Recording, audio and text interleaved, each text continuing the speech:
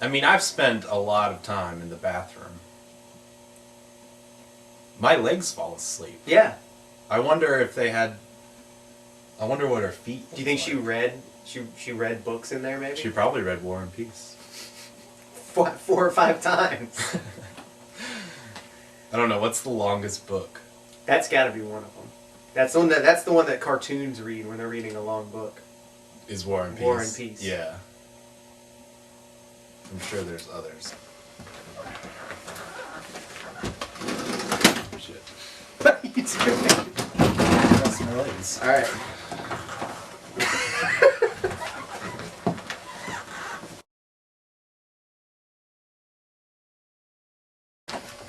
And yeah, so he always shits himself whenever he comes across anybody. Right. This is what Clay Aiken said about the play. I thought it was the stupidest thing I've ever seen in my life.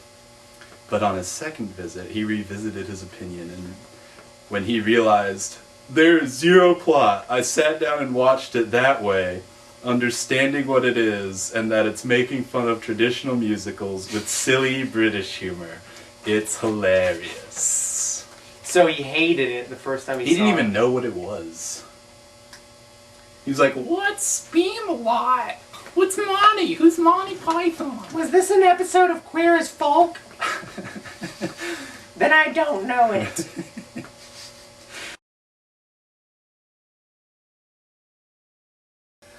The other special characteristic of Birmingham, I have noticed, is the extraordinary friendliness of the people.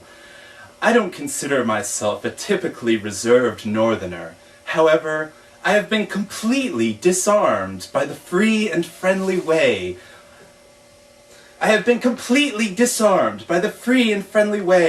engaged by people here. From service workers to people on the street. I have struck up some sort of conversation with almost everyone I've encountered. While enjoying lunch in the museum cafe, a couple just leaned over and asked me where I was from and started recommending restaurants and places to see. The ladies who serve breakfast in my hotel are sassy and flirty and very funny. It is nice to get a sense of character of a place, and so far, Birmingham has been very pleasant indeed. This could seriously be a memoir. It's a fun area with nice restaurants and music venues, a few funky shops, a health food store with a vegetarian cafe. I bought myself a great straw fedora, Rat Pack style, in a very fun clothing store, and I love my new chapeau. It's very heartening to know that there is a funky section in this rather odd conservative town. Are we that odd? No. He's talking of, this is a guy who lives in, like, you know, the city where, you know, butt sex was invented, pretty much.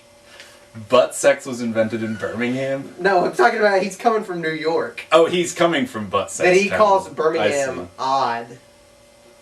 Conservative. Yes. Alright, yeah, fine. Not me, but Matt. But there's nothing odd about Birmingham. It's one of the least... I mean, it has character to it, but it's not like, you know, it's not like Fresno. It's not like one of these towns where there are, you know, there's like a naked bike ride here every year. The most exciting thing that happens here is we have, you know, a semi-lame street festival where, like, Diana Ross comes to it. And the Flaming Lips. Get tickets.